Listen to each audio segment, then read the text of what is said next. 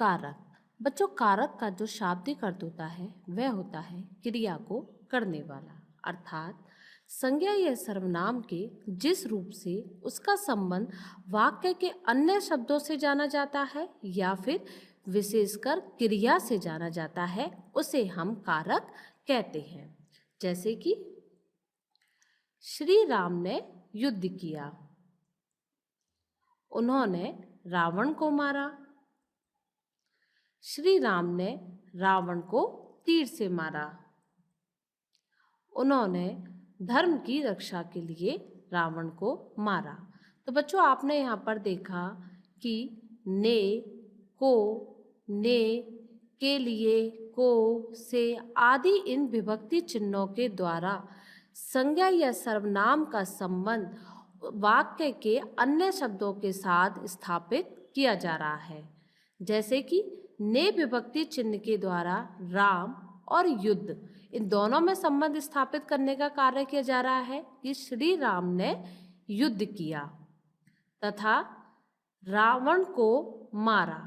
यहाँ पर आप देख सकते हैं कि को विभक्ति चिन्ह के द्वारा उन्होंने रावण को मारा, तो इस प्रकार से को विभक्ति चिन्ह के द्वारा उन्होंने रावण तथा क्रिया मारा के साथ संबंध स्थापित किया जा रहा है। वहीं तीसरे वाक्य में देखते हैं, श्री राम ने रावण को तीर से मारा। यहाँ पर ने, को और से इन विभक्ति चिन्हों के द्वारा वाक्य के अन्य शब्दों में संबंध स्थापित करने का कार्य किया जा रहा है। ने विभक्ति चिन्ह के द्वारा राम और रावण, श्री राम ने किसको मारा था? रावण को। और कैसे मारा है? तीर से। तो इस प्रकार से आपने देखा कि इन विभक्ति चिन्हों के द्वारा संज्ञा शब्दों का जो संबंध है वो वाक्य के अन्य शब्दों से या क्रिया के साथ स्थापित किया जा रहा है। तो इस प्रकार से ये जो चिन्ह है, ये सभी चिन्ह कारक चिन्ह होते हैं, जिन्हें हम विभक्ति या परसर्ग कहते हैं तथा इनके ना रहने पर वाक्य का जो अर्थ है वो ठीक प्रकार से हमें समझ में नहीं आता है। जैसे कि हम कुछ अन्य उदाहरण लेते हैं जिसमें हम इन विभक्ति चिन्हों का प्रयोग नहीं करेंगे। फिर हम देखते हैं कि वाक्य किस प्रकार से लगेगा। जैसे कि श्री राम युद्ध किया, उन्होंने रावण मारा। श्री राम रावण तीर मारा, उन्होंने धर्म रक्षा रावण मारा। तो बच्चों, आपने देखा कि यहाँ पर या फिर कहें इन वाक्यों में इन विभक्ति चिन्हों का प्रयोग ना करने से इन वाक्यों का जो अर्थ है वो हमें ठीक प्रकार से स्पष्ट नहीं हो पा रहा है। अतः वाक्यों के अर्थ को ठीक प्रकार से जानने के लिए इन चिन्हों का प्रयोग आवश्यक होता है तथा इन चिन्हों का जो कार्य होता है वह होता है संज्ञा और सर्वनाम के शब्दों का वाक्य के अन्य शब्दों से संबंध स्थापित करना। तो इस प्रकार से हम कह सकते हैं कि संज्ञा या सर्वनाम के जिस रूप से उसका संबंध वाक्य के अन्य शब्दों से जाना जाता है उन्हें हम कारक कहते हैं। तो कारक की परिभाषा इस प्रकार से होगी कि संज्ञा या सर्वनाम के जिस रूप से उसका संबंध वाक्य के अन्य शब्दों से या फिर क्रिया से जाना जाता है उसे हम कारक कहते हैं। तथा जैसा कि मैंने अभी आपको बताया था कि कारकों को बताने वाले जो चिन्ह है संज्ञा या सर्वनाम शब्दों के साथ जो लगाए जाते हैं उन्हें हम विभक्ति या परसर्ग कहते हैं। तो इस प्रकार से बच्चों अब आप जान गए होंगे कि कारक किसे कहते हैं कि संज्ञा या सर्वनाम के जिस रूप से या जिस चिन्हों के द्वारा उसका संबंध वाक्य के अन्य शब्दों से बताया जाता है या क्रिया से जाना जाता है उसे हम कारक कहते हैं। तथा कारकों को बताने वाले जो चिन्ह संज्ञा या सर्वनाम शब्दों के साथ लगाए जाते हैं उन्हें हम विभक्ति या परसर्ग कहते हैं। इस बात को आप ध्यान रखना, क्योंकि हमेशा परीक्षा में पूछ लिया जाता है कि कारकों को बताने वाले जो चिन्ह होते हैं उन्हें हम क्या कहते हैं। तो कारकों को बताने वाले जो चिन्ह होते हैं वे विभक्ति या परसर्ग कहलाते हैं। अब हम पढ़ेंगे कारक के भेद। बच्चों, कारक के 8 भेद होते हैं। पहला होता है कर्ता कारक, दूसरा भेद है कर्म कारक, तीसरा भेद है करण कारक और चौथा भेद है संप्रदान कारक तथा पांचवा भेद है अपादान कारक और छठा भेद है संबंध कारक, सातवां भेद है अधिकरण कारक तथा आठवां भेद होता है संबोधन कारक। तो इस प्रकार से कारक के 8 भेद होते हैं जिनके हम विभक्ति चिन्हों के विषय में इस प्रकार से जानेंगे। सबसे पहले आता है कर्ता कारक, इसका विभक्ति चिन्ह होता है ने तथा कर्ता कारक वह कारक होता है अर्थात संज्ञा या सर्वनाम का जो रूप क्रिया को करने वाले का बोध कराता है उसे हम कर्ता कारक कहते हैं। अर्थात कर्ता किसे कहते हैं हम, जो कार्य को करने वाला होता है उसे हम कर्ता कहते हैं। तो इस प्रकार से संज्ञा या सर्वनाम का जो रूप क्रिया को करने वाले का यानी कार्य को करने वाले का जो हमें बोध कराता है उसे हम कर्ता कारक कहते हैं तथा इसका विभक्ति चिन्ह होता है ने। दूसरा जो भेद है वह है कर्म कारक।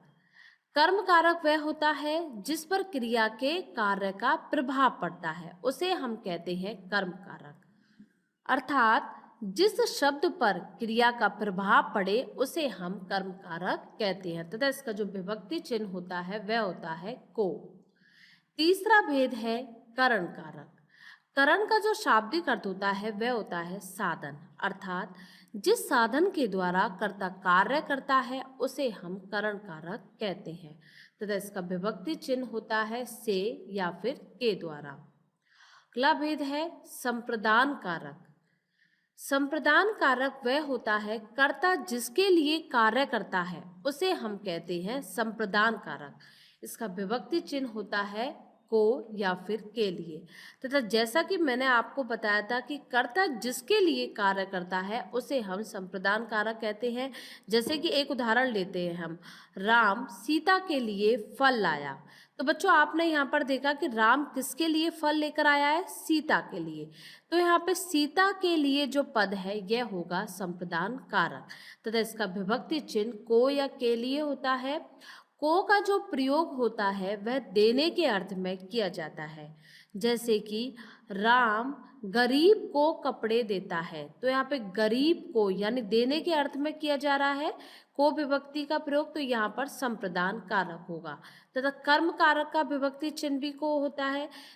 लेकिन वाक्य में कर्म कारक तब होगा जिस शब्द पर क्रिया का प्रभाव पड़ता है उसे हम कर्म कारक कहते हैं, वहां पर को विभक्ति चिन्ह होता है तथा संप्रदान कारक के अंतर्गत को विभक्ति चिन्ह का प्रयोग देने के अर्थ में किया जाता है। इस बात का हमें ध्यान रखना है। अर्थात कर्ता जिसको कुछ देता है उसके साथ को विभक्ति चिन्ह का प्रयोग किया जाता है।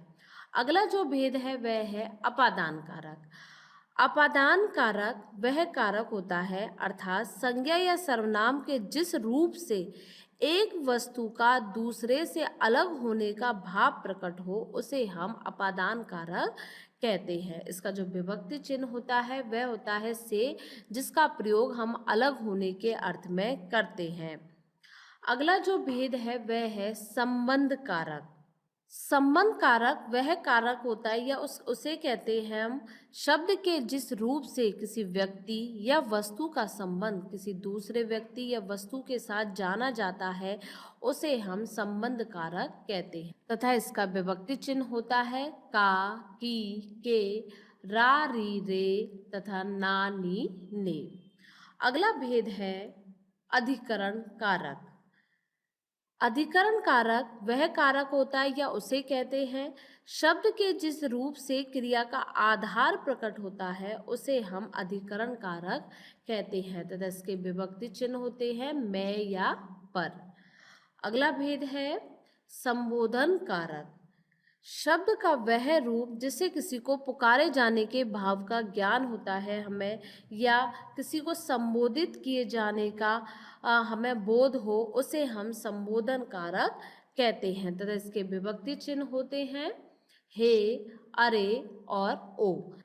तो इस प्रकार से आज हमने अपने इस वीडियो के अंतर्गत जाना कि संज्ञा या सर्वनाम के जिस रूप से उसका संबंध वाक्य के अन्य शब्दों से जाना जाता है या क्रिया से जाना जाता है उसे हम कारक कहते हैं तथा कारक के 8 भेद होते हैं: कर्ता कारक, कर्म कारक, करण कारक, संप्रदान कारक, अपादान कारक, संबंध कारक, अधिकरण कारक और संबोधन कारक।